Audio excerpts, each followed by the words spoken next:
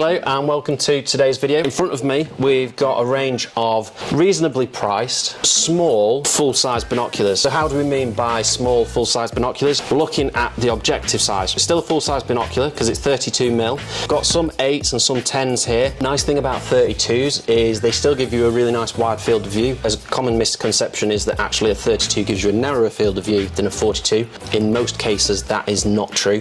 So take the Traveller 8x32 as an example. 8.2 degree field of view on that versus the DBA, which is I think around about a 7.4 degree field of view. The one that I'm aware of where that's not the same, or not true should I say, is the Hawk Frontier.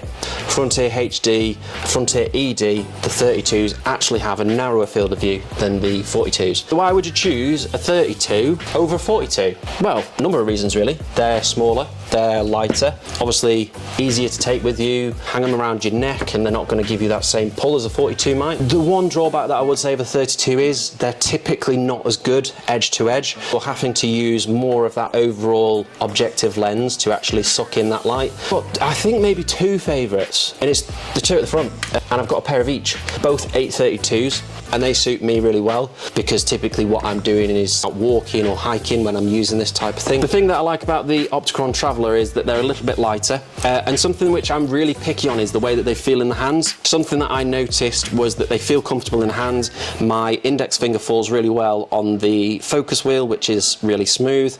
The eye cup's really positive. They just feel secure. The Frontiers I really like optically. I'd say they're perhaps a little bit brighter, but maybe edge to edge, not quite as good as the Travellers. But the one thing that sort of frustrates me a little bit, the lug for the strap, quite sharp on the edges. And when I'm using them, my hands fall right on that lug and it can become a little bit uncomfortable if I'm using them for a long time. But optically, I love the EDs, I think they're brilliant. And I quite like the way that they look. I'm a complete tart and I do like things that look nice as well. So you're looking, in terms of prices, from around about the £200 and the most expensive is around £389, £399. Prices obviously do vary when we look online. That's a little rundown of the 32s, small full-size binoculars, but great things do come in small packages. Head in store, try out a 32, compare them to a 42, let us know what you think. Ciao!